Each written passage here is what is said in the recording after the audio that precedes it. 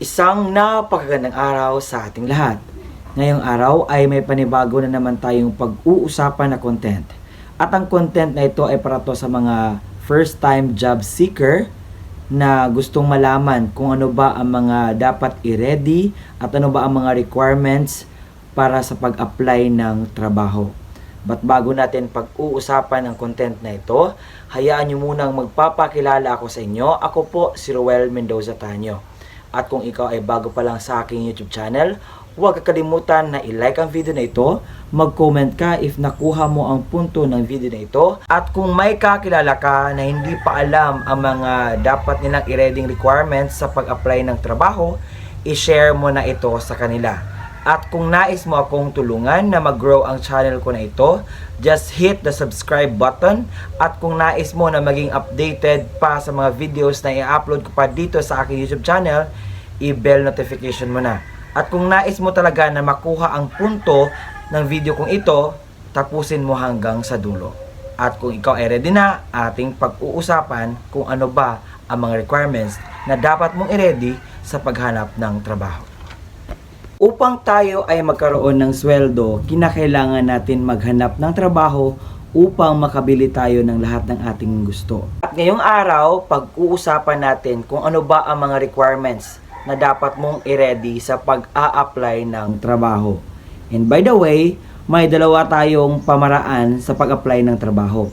May tinatawag tayong walk-in na pag-apply na trabaho at saka mayroon tinatawag na online na pag-apply ng trabaho. Ngayon, pag-uusapan natin ang walk-in na pamaraan sa pag-apply ng trabaho. Ano ba yung walk-in? Yung mismo ikaw ang pupunta sa isang establishmento o isang kumpanya na naghahanap ng mga trabahante. Ano-ano ba ang mga requirements na dapat mong dalhin on that day na ikaw ay nakapag-decide na maghanap ng trabaho at puntahan yung isang kumpanya? Unang-una is yung resume mo. Sa paggawa mo ng resume, kinakailangan ibenta mo yung sarili mo. Ipakita mo na ikaw yung pinaka-the best na aplikante na kanilang hinahanap.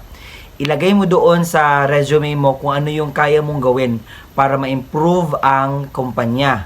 At ilagay mo yung mga skills mo na kung ano yung pwede mong maitulong at maipakita pa sa isang kumpanya. Huwag kang maglagay ng mga skills na hindi mo pa expert. Dahil magtataka at magtatanong ang mga HR sa'yo. Lalo na sa ating resume.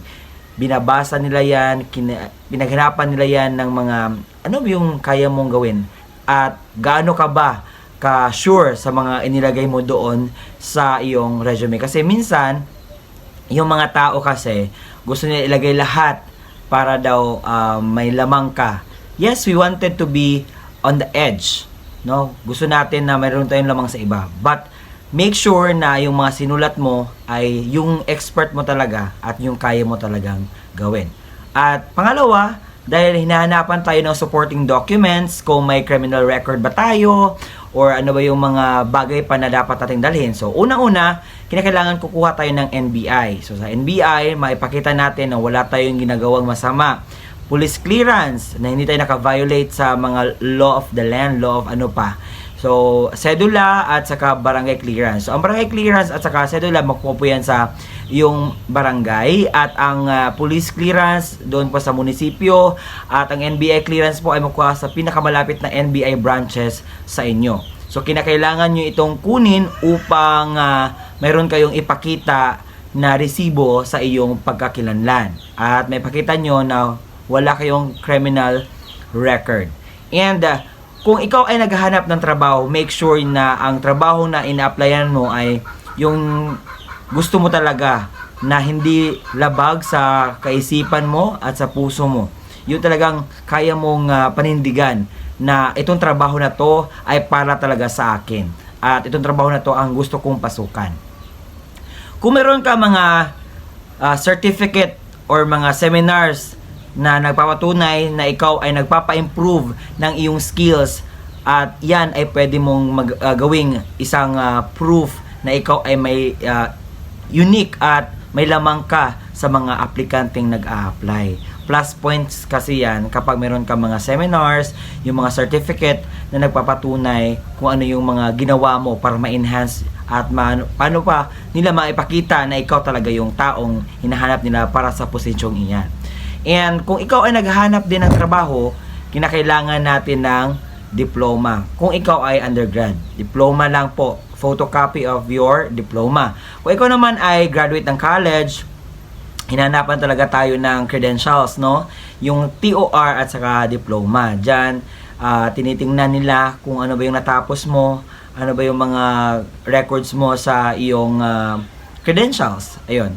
And ito yung mga mostly hinahanap kasi mayroon tayong tinatawag na job fair. So doon mayroong automatic hired, no? So kung ikaw ay balak na mag-apply ng trabaho, mayroong mga job fair diyan sa inyo. Pwede yung tingnan kung saang lugar para naman makapasok ka ng mga trabaho at magkasweldo ka na. So, ito yung mga mostly dalhin na importante. Unang-una, 1x1 at saka 2x2 na pictures. So, damihan mo na.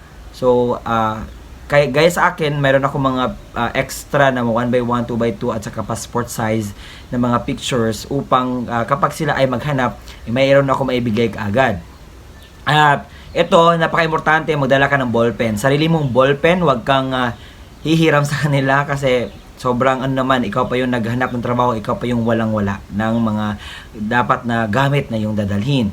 Pangalawa is yung correction tape, if ever, no?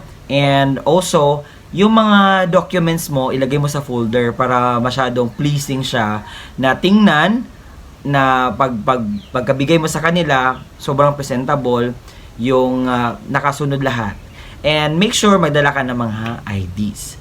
So, yun ang pamaraan kung tayo ay mag-walk-in or tayo mismo yung pupunta sa establishmento or kumpanya or sa job fair na pwede nating walk-inan or papuntahan para mag-apply tayo. Okay. At kinakailangan din ngayon kung ikaw ay nagbabala, kukuha ka ng PhilHealth, pero ang PhilHealth, pwede kang self-employed as of this moment, pero yung PhilHealth ay binibigay lamang po ng mostly ang company mismo ang magbigay. So sa akin that time at work ako sa isang kumpanya, so I am so happy na sila mismo yung nagpo-process ng aking PhilHealth. But yung SSS, ikaw mismo yung pupunta doon sa mag-apply ka, self-employed muna at volunteer kung tawag. So pagkatapos noon may magdala ka niyan. And ngayon, pag-usapan naman natin yung online. So ngayon dahil digital na tayo, meron tayong pamaraan kung paano na mag-apply ng trabaho. So sa online parang mas madali kasi mostly ang hinahanap lang sa online is yung 1 minute intro sa video, para pagpakilala sa sarili mo, yon. And yung resume mo, isend mo sa kanila at yung email mo. No, napakadali lang. Saka kapag i-interviewin ka, schedule lang, yon. Mas madali ang online. And kinakailangan mo mag-prepare ka na ng pera ngayon para sa iyong future na pag-apply. And napakarami kasi ang gustong magkatrabaho na, and yun ang mga dapat mong i-prepare. So, based on my experience aking ito yung mabigay ko na tips. So, unang-una, kapag may kakilala ka na meron siyang mga kakilalang mga kampanya, so magpa-refer ka sa kanila. So, ito kasi nangyari sa akin, referral. So, ako, in-endorse ako ng kaibigan ko na sabi niya, baka gusto mo magtrabaho dito. So, ako gusto ko maka-experience talaga na makapagtrabaho, and sobrang nice at sobrang okay yung impact kapag mayroon kang backer or mayroon kang referral na i-recommend ka ng iyong kaibigan. So kung mayroon kang kaibigan, mag-ask ka sa kanila, baka pwede kang papasukin sa isang kumpanya na ng uso ng skills mo, di ba? So ayun. Yan, kung may kapitbahay ka, pwede ka magtanong, baka may ma-offer ka sa akin na trabaho na kumpanya yan. Napakalaking tulong ng pamaraang iyan. And ayun, sa akin kasi hindi ako pumupunta sa establishmento. Na-refer lang ako ng aking kaibigan. So kung ikaw talaga, kasi mismo meron tayong pamaraan way of applying. So, merong referral sa akin, merong backer, meron ding ikaw yung mismong pupunta dahil gusto mo ma-experience gaano kahirap. But then, ang i-prepare mo lang talaga is yung sarili mo. Dahil sa pagsagot ng tanong, sa pagod, sa paghahanap, at saka yung effort mo talaga na yung pera, no? Dahil kakain ka at a-apply ka sa napakaraming mga opportunities dahil di pwede mag-apply ka lang ng isa. Dahil pagbasa nila ay parang hindi susot sa akin. So, meron pa kang other option na pwedeng i-ano mo na, sige, mag-apply ka sa napakarami.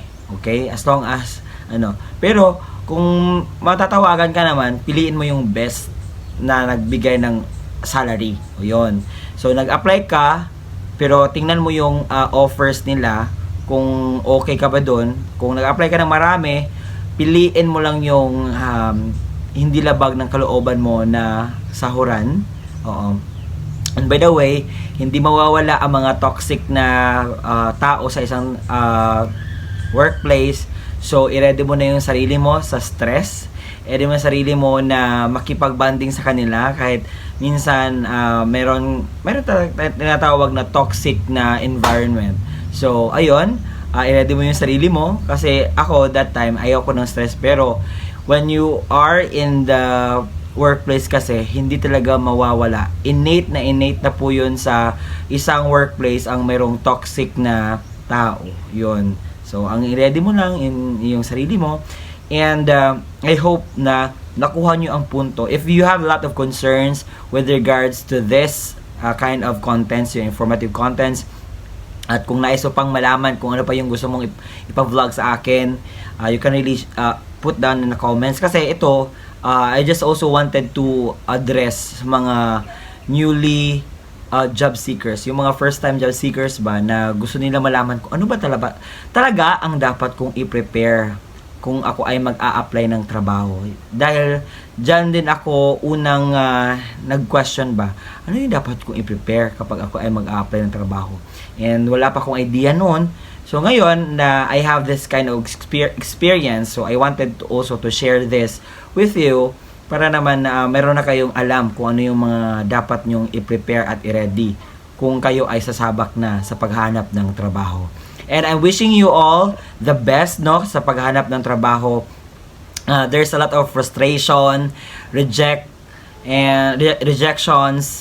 pero keep fighting, no, as try until you find the right job for you. Nang sa gayon makabili na tayo ng anong gusto natin at saka hindi na tayo magpapa pa sa ating mga parents, no. So wish you luck everyone, and don't forget to like this video, comment and subscribe. So see you again sa aking next vlog. This is me, Ruel Mendoza Tanyo. And salamat po sa pag-subscribe, pag-watch ng aking mga vlogs, contents dito sa YouTube. And I'm very grateful na you really put an effort, no, to support me. And that's it. Bye-bye!